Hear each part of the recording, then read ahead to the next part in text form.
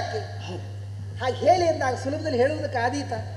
ಹೇಳಲಾರೇನು, ಹೇಳದುಳಿಯಲಾರೇನು. ಹೇಳಲಾರೇನು, ಹೇಳದುಳಿಯಲಾರೇನು. ನೀವು ಹೇಳಿದ್ರು ನಮ್ಮಪ್ಪಯ್ಯನೂ ಉಳಿಯುವುದಿಲ್ಲ. ಸ್ವಲ್ಪ ಹೇಳಿ. ಅಲ್ಲ ನಿಜವಾಗಿ ಒಗಟ್ಟಿನ ಅಂತ ಪರಿಸ್ಥಿತಿ ಆಗಿದೆ, ಹೌದೇನೆ? ಈಗ ಒಮ್ಮೆ ಹೇಳಿದೆ ಅಂತ ಭಾವಿಸಿದ್ರೆ, ಈಗ ಹೇಳದೆ ಉಳಿದ್ರೆ ಏನಂದ್ರೆ ನಿನ್ನ ಅಪ್ಪ ಉಳಿಯುವುದಿಲ್ಲ ಅಂದೆ. ನಾನು ಹೇಳಿದ್ರೆ ನೀವು ಇಬ್ರು ಉಳಿದಿದ್ರೆ ಮಾಡೋ ಏನಾಗಿದೆ? ಬಹಳ ಒಗಟಾಗಿ ಉಂಟು ಸ್ವಾಮಿ. ಒಮ್ಮೆ ಹೇಳಿದೆ ಅಂತ ಭಾವಿಸಿಕೊ. ಏನು ಸಮಸ್ಯೆ ನಿಮಗೆ ಹೇಳಿದ್ರೆ ಏನು? ಅಯ್ಯೋ, ಕುಡಿಯುವ ಹಾಲಿನಲ್ಲಿ ಹಾಲಾಹಲವನ್ನ ಅಂದ್ರೆ ವಿಷವನ್ನ ಬೆರೆಸಿ ಬಿಟ್ರಲ್ಲ ಅಂತ ನೀನೇ ಆಕ್ಷೇಪಿಸ್ತೀಯ. ನಾಳೆ ಹಾಲಿನಲ್ಲಿ ವಿಷವನ್ನು ಬೆರೆಸಿ ಬಿಟ್ರಲ್ಲ. ಹೇಳಿದ್ರೆ ಹೀಗೆ, ಹೇಳಿದ್ರೆ ಈಗ, ಹೇಳದೆ ಇದ್ರೆ ಹಾಗೆ. ಹೇಳದೇ ಇದ್ರೆ ನಾರದರು ಎಂಥ ಮೋಸ ಮಾಡಿಬಿಟ್ರು. ಮೋಸಗಾರರ ಕುಲ ಗುರುವಲ್ಲವೇ ನಾರದರು. ಅದು ನಾಳೆ ನೀನೇ ಹೇಳಿಕೊಡ್ತೀನಿ. ಎಲ್ಲರಲ್ಲೂ ಅಪವಾದ ನಿಮಗೆ ಅಲ್ವಾ? ಈ ಪ್ರಸಂಗದಲ್ಲಿ ಬಂದು ಸಿಕ್ಕಿಬಿದ್ದೆ ನಾನು. ಮತ್ತು ಸತ್ಯವನ್ನು ಹೇಳಿಬಿಡಿ. ನಿಜವಾಗಿ ಇವತ್ತು ಇಲ್ಲಿಗೆ ಬರಬಾರ್ದಿತ್ತು ನಾನು. ಅಲ್ಲ, ಈಗ ಅನಿಸಿ ಅಪವಾದ ಎಲ್ಲ ರೀತಿಯಲ್ಲೂ ನಿಮಗೆ ಸಿಕ್ಕಿದ ಮೇಲೆ ಮತ್ತೆ ಸಂಶಯ ನೋಡು. ಮದುವೆ ಆಗುವಳು ನೀನು, ಮದುವೆ ಮಾಡಿ ಕೊಡುವ ನಿನ್ನ ಅಪ್ಪ, ಮದುವೆ ಆಗುವ ಆ ಹುಡುಗ. ಧರ್ಮಕ್ಕೆ ಅಪವಾದ ನಮ್ಮ ತಲೆ ಮೇಲೆ, ಹೌದಾ? ಅದಕ್ಕೆ ಹೇಳಿದ್ದು ಬೇಕಿತ್ತ ನಮಗೆ. ಈಗ ಸತ್ಯ ಗೊತ್ತಿರುವುದು ನಿಮಗಲ್ವೇ? ಹೌದೇ? ಹೇಳಿ, ಸತ್ಯಕ್ಕೆ ಯಾಕೆ ಬೆದರುವುದು? ಅಲ್ಲಲ್ಲ, ನಿಜವಾಗಿಯೂ ಅಪ್ರಿಯವಾದ ಸತ್ಯವನ್ನು ಹೇಳಬಾರದು ಅಂತ ಒಂದು ಮಾತಿದೆ. ಕೇಳಿದ್ರೆ ಹೇಳಬಹುದು. ನಿನ್ನದು ತಿದ್ದುಪಡಿ ಇದು. ಓಹೋ, ಅನುಕೂಲ ಹೊಸ ಶಾಸ್ತ್ರ. ಹೌದೇ? ನೋಡಿ, ನನ್ನ ಅಪ್ಪ ಚಿಂತಾಜನಕನಾಗಿದ್ದಾನೆ. ಕೆಲವು ಸಂದರ್ಭದಲ್ಲಿ ಸತ್ಯವೇ ಅಪ್ರಿಯವಾಗಿ. ನಿನ್ನಪ್ಪ ಈಗಲ್ಲ ಚಿಂತಾಕ್ರಾಂತನಾದದ್ದು. ಅವ ಪ್ರವೇಶ ಮಾಡಿದ ಆ ಕ್ಷಣದಲ್ಲಿ ಮುಖಭಾವ ಹಾಗೇ ಇದೆ ಅವನ. ಏನು ಮಾಡುವ ಹಾಗಿಲ್ಲ ಸ್ವಾಮಿ. ಅವನಿಗೆ ಮಗಳ ಮದುವೆ ಆಗಲಿಲ್ವಲ್ಲ ಎನ್ನುವ ದೊಡ್ಡ ಚಿಂತೆಯಲ್ಲಿ ಅವ ಏಕೋಭಾವದಲ್ಲಿದ್ದಾನೆ. ಈ ಪ್ರಸಂಗದ ಭಾವವೇ ಅಂತ ಸ್ವಾಮಿ. ಈಗ ಹುಡುಗನ ಆಯ್ಕೆ ಬಗ್ಗೆ ನಿನ್ನ ಪ್ರಶ್ನೆ ನಿಜವಾಗಿ ಒಳ್ಳೆ ಜುಮಣಿ ಕುಲ ಸಂಜಾತ ಕೇಳು, ಜುಮಣಿ ತೇಜ ಶ್ರೇಷ್ಠವರನು. ಜುಮಣಿ ಕುಲ ಸಂಜಾತ ಕೇಳು, ಜುಮಣಿ ತೇಜ ಶ್ರೇಷ್ಠವರನು. ಗಮಕ ಗುಣನು ಶೀಲದಿ ಸಂಪನ್ನನಾದನು. ಗಮಕ ಗುಣನು ಶೀಲದಿ ಸಂಪನ್ನನಾದನು.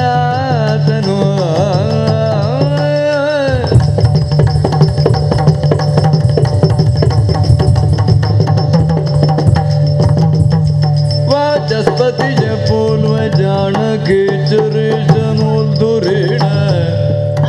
वाचस्पतिज पोल्व जान के चरेशनोल दुरेण. ದೋಚಿಕೊಡಲು ರಂತಿದೇವ ಮಾಜ ದೊರೆವೇನು. ದೋಚಿಕೊಡಲು ರಂತಿದೇವ ಮಾಜ ದೊರೆವೇನು.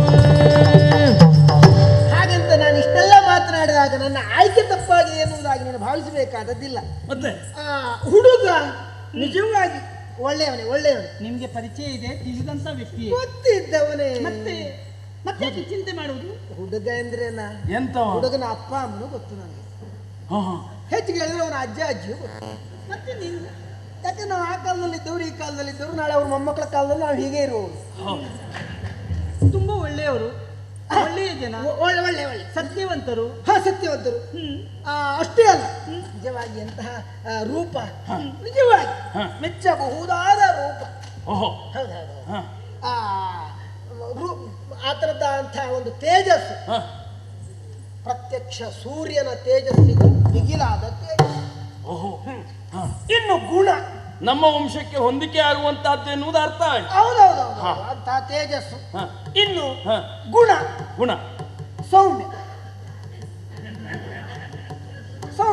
ಒಳ್ಳೆಯ ಗುಣಪ್ಪ. ಹಾಗೆ ಸೌಮ್ಯ ಗುಣ, ಶಾಂತ ಸ್ವಭಾವದ. ಈಗ ಒಮ್ಮೆ ಒಂದು ಮಾತನಾಡಿದ್ರು ಮತ್ತೆ ತಿರುಗಿ ಮಾತನಾಡುವ ಪ್ರಕೃತಿಯವನು ಅಲ್ಲ. ಆ ರೀತಿ ಮಾವನಾದ ಬಯಸಬೇಕಾದದ್ದೇ ಅಲ್ವೇನ? ಹೌದೌದು. ಇನ್ನು ದಾನದಲ್ಲಿ ನಂತಿದೇವರಿಗೂ ಮಿಗಿಲಾದಂತಹ ಸಾಮರ್ಥ್ಯ ಇದ್ದವ. ಜಾಣ್ಮೆಯಲ್ಲಿ ಬೃಹಸ್ಪತಿಯನ್ನು ಮೀರಿಸಬಲ್ಲ. ಇನ್ನು ಸಂಪತ್ತು, ಕುಬೇರನ ಸಂಪತ್ತೇನು ಬಿಡ ಅಂತ. ನೀವು ಮುಖ ಸಣ್ಣ ಮಾಡಬೇಡುವೆ. ಅಲ್ಲ ಇದೆಲ್ಲ ಕಾಡಲ್ಲಿದ್ದಾರೆ ಸಂಪತ್ತು ಆ ಸಂಪತ್ತಲ್ಲ. ಆ ಸಂಪತ್ತೇನು ಇವತ್ತು ಬರುವುದು ನಾಳೆ ಹೋಗುವುದು. ಅವನಲ್ಲಿರಬಹುದಾದ ಹೃದಯ ಶ್ರೀಮಂತಿಕೆ, ಆ ಸಂಪತ್ತನ್ನು ಹೇಳಿದ್ದು ನಾನು. ಅಂತಹ ಸಂಪತ್ತು ಹೌದು. ಎಲ್ಲ ದೃಷ್ಟಿಯಿಂದಲೂ ಈಕೆಗೆ ಅನುರೂಪನಾದ ಯೋಗ್ಯನಾದ ವರ ಎನ್ನುವುದರಲ್ಲಿ ಅನುಮಾನವೇ ಇಲ್ಲ. ಮತ್ತೆ ಏನು ಸ್ವಾಮಿ, ನಾನು ಯೋಚನೆ ಮಾಡಿದ್ದೆ, ನನ್ನ ಮಗಳೇ ವರ ಅನ್ವೇಷಣೆಗೆ ಹೋದಳು ಅಂತ ಆದ್ರೆ ಸಾಮಾನ್ಯ ವರನನ್ನ ಅವಳು ಒಲಿಸುವಂತಹ ಮನಸ್ಸನ್ನು ಮಾಡುವುದಿಲ್ಲ, ಯೋಗ್ಯತಾ ಸಂಪನ್ನನ್ನೇ ಆರಿಸಿಕೊಂಡು ಬರ್ತಾಳೆ ಎನ್ನುವುದಾಗಿ. ಯೋಗ್ಯ ಕೆಲಸವನ್ನು ಮಾಡಿದ್ದೀಯ ಮಗಳೇ. ನಿಮಗೆ ಸಂಶಯ ಯಾಕೆ ಸ್ವಾಮಿ? ಇಲ್ಲ, ಇನ್ನು ಮುಗಿಲಿಲ್ಲ, ಮಾತು ಮುಂದುಂಟು. ಈ ಎಲ್ಲಾ ದೃಷ್ಟಿಯಿಂದಲೂ ಆತ ಯೋಗ್ಯನೇ. ಹೌದು. ಆದರೆ ಈ ಸಿರಿಯೋ ಸಂಪತ್ತೋ ವೈಭವೋ ವೈಭೋಗವು ಎಷ್ಟು ದಿನದ್ದು? ನೀನು ಬಯಸುವುದೇನನ್ನ ಅವರ ಸುದೀರ್ಘವಾದಂತಹ ಸುಮಧುರವಾದಂತಹ ದಾಂಪತ್ಯವನ್ನಲ್ವೇನು? ಇಂತು ಸಕಲ ಸಂಪನ್ನತೆಯೋ ನಿಂತಿ ತಿನ್ನು ವರುಷವೊಂದು, ಇಂತು ಸಕಲ ಸಂಪನ್ನತೆಯೋ ನಿಂತಿತೊಂದು ವರುಷವೊಂದು, ಅಂತ್ಯ ದಿನದ ಗೋಧೂಳಿಯಳು ಕಾಂತೆಯ ಗೋಳು, ಅಂತ್ಯ ದಿನದ ಗೋಧೂಳಿಯಳು ಕಾಂತೆಯ ಗೋಳು. ಮಹಾರಾಜ ಹೇಳಿಸು. ಸುದೀರ್ಘವಾದಂತಹ ಸುಮಧುರವಾದಂತಹ ದಾಂಪತ್ಯವನ್ನು ನೀನು ಕಾಣಬೇಕು ಎನ್ನುವುದಾಗಿ ನೀನು ಅಪ್ಪನಾಗಿ ಅಪೇಕ್ಷಿಸಿದರೆ ಖಂಡಿತ ತಪ್ಪಲ್ಲ. ನಾಳೆ ಮಕ್ಕಳು, ಮೊಮ್ಮಕ್ಕಳು, ಬರಿ ಮಕ್ಕಳು ಇಂಥವ್ರನ್ನೆಲ್ಲ ತುಂಬಿದ ಒಂದು ಸಂಸಾರವನ್ನು ಕಾಣಬೇಕು. ಈ ರೀತಿ ಅಪೇಕ್ಷಿಸಿದ್ರೆ ಅಪರಾಧ ಏನೂ ಅಲ್ಲ. ಆದರೆ ಏನು ಮಾಡೋಣ ಹೇಳು? ಈ ಎಲ್ಲ ಸೌಭಾಗ್ಯಗಳು ಎಷ್ಟು ಕಾಲ? ಎಷ್ಟು ಕಾಲ ಅಂತ ಹೇಳಿದ್ರೆ? ಎಷ್ಟು ಕಾಲ ಅಂತ ಹೇಳಲಯ್ಯ, ಇಂದಿಗೆ ಸರಿಯಾಗಿ 1 ವರ್ಷ ಗೋಧೂಳಿಯ ಸಮಯದಲ್ಲಿ ಆತ ಇಹದ ಬದುಕನ್ನ ಪೂರೈಸುವನಿದ್ದಾನೆ. ನಿನ್ನ ಮಗಳು ಆ ಕ್ಷಣದಲ್ಲೇ ವಿಧವೆಯಾಗುತ್ತಾಳಯ್ಯ.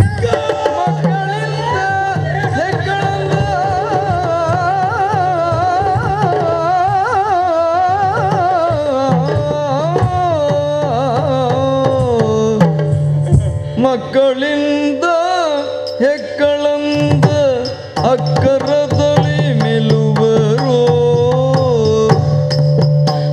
ಇಕ್ಕಿದೆನಗೆ ದುಃಖ ಪಾಸ ನುಕ್ಕಿದೆ ನೀ ಪುರಿಯೋಳು,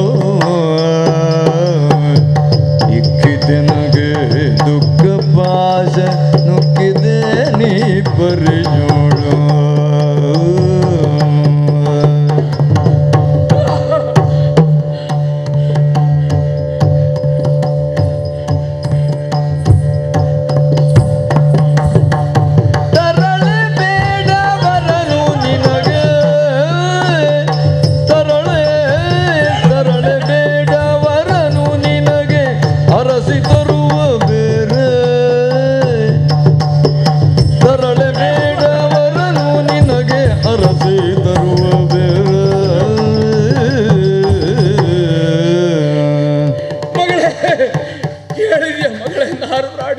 ಮಾತನ್ನ, ಇಂತು ಸಕಲ ಸಂಪನ್ನತೆಯು ನಿಂತು ಹೋಗುತ್ತದೆ ಇನ್ನು 1 ವರ್ಷದಲ್ಲಿ.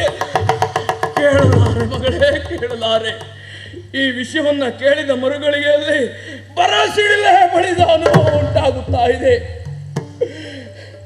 ಹೆತ್ತ ಮಕ್ಕಳನ್ನ, ಅವಳ ಆಟ ಪಾಠಗಳನ್ನ ಕಂಡಂತಹ ವೇಳೆಯಲ್ಲಿ ಆ ಹೆತ್ತಂತ ತಂದೆ ತಾಯಿಗಳು ಸಂತೋಷವನ್ನು ಅನುಭವಿಸುತ್ತಾರಂತೆ. ನಿನ್ನನ್ನು ಪಡೆದ ಮರುಗಳಿಗೆಯಿಂದ ಇಂದಿನವರೆಗೂ ಸಹ ಸಂತೋಷವನ್ನು ನಾವು 1 ಕ್ಷಣವೂ ಅನುಭವಿಸಿದವರಲ್ಲವೇ ಅಲ್ಲ ಮಗಳೇ. ಪ್ರತಿನಿತ್ಯವೂ ಸಹ ದುಃಖದಲ್ಲಿಯೇ ಕಣ್ಣೀರಿನಲ್ಲಿಯೇ ಕೈ ತೊಳೆಯುವಂತಹ ಪರಿಸ್ಥಿತಿ ನಮ್ಮದ್ದಾಗಿ ಹೋಯಿತು. ಮಗಳ ಮದುವೆಯನ್ನ ಮಾಡಬೇಕು, ತನ್ನ ಮೂಲಕವಾಗಿ ಅಳಿಯನನ್ನ ಕಾಣಬೇಕು ಎನ್ನುವಂತಹ ಬಯಕೆಯಿಂದ ಇಂತಹ ಕಾರ್ಯಕ್ಕೆ ಉದ್ಯುಕ್ತನಾದೆ ಅಂತ ಆದರೆ, ನೀನು ಅರಸಿಕೊಂಡು ಬಂದಿರುವಂತಹ ಆ ಸತ್ಯವಾನನ ಆಯುಷ್ಯ ಒಂದೇ. ಇಲ್ಲ ಮಗಳೇ, ಇಲ್ಲ, ಕೇಳಲಾರೆ, ಕೇಳಲಾರೆ. ಬೇಡ ಮಗಳೇ, ಬೇಡ. ನಾರದರ ಪ್ರಕಾರವಾಗಿ, ಅವರ ಮಾತಿನ ಪ್ರಕಾರವಾಗಿ ಅವನನ್ನು ವರಿಸುವಂತಹ ಮನಸ್ಸನ್ನು ನೀನು ಮಾಡಬೇಡ. ನನಗಿನ್ನು ಆಯುಷ್ಯ ಶಕ್ತಿ ಉಂಟು, ದೇಹದಲ್ಲಿ ಶಕ್ತಿ ಉಂಟು ಮಗಳೇ. ಅವನಿಗಿಂತಲೂ ಯೋಗ್ಯತಾ ಸಂಪನ್ನನಾಗಿರುವಂತಹ ವರನನ್ನ ನಾನು ಹುಡುಕಿಕೊಂಡು ಹೋಗ್ತೇನೆ. ಅವನನ್ನು ಮರ್ತು ಬಿಡು ಮಗಳೇ, ಅವನನ್ನು ಮರ್ತು ಪ್ರೇಮಮೂರ್ತಿಯ ಹೃತ್ಪೀಠದೊಳು ಸ್ಥಾಪಿಸುವ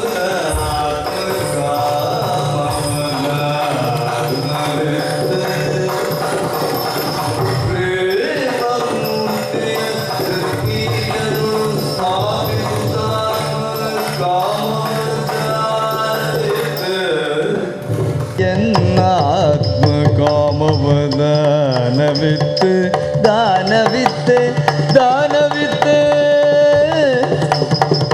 ಶ್ರೀ ಮುನಿವರ ಸಕೃತ್ ಕನ್ಯಾ ಪ್ರದೀಯತೆ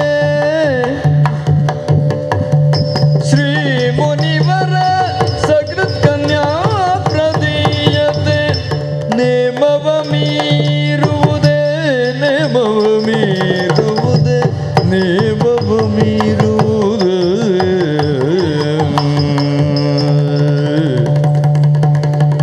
ಕ್ಷೋಣಿ ನಿಯಮ ಕಟ್ಟವಿಸದೋಲು ಸ್ವಾತಂತ್ರ್ಯ ಸ್ಥಾನವ ಕಲ್ಪಿಸುವೆ ಕ್ಷೋಣಿ ನಿಯಮ ಕಟ್ಟವಿಸದೋಲು ಸ್ವಾತಂತ್ರ್ಯ ಸ್ಥಾನವ ಕಲ್ಪಿಸುವೆ ಕಲ್ಪಿಸುವೆ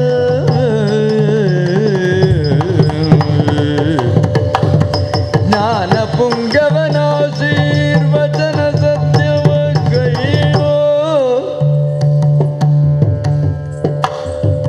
ಜ್ಞಾನ ಪುಂಗವನೇ ಆಶೀರ್ವಚನ ಸತ್ಯವ ಗೈಯೋ ಸತ್ಯವ ಗೈಯೋ ಸತ್ಯವ ಗೈಯೋ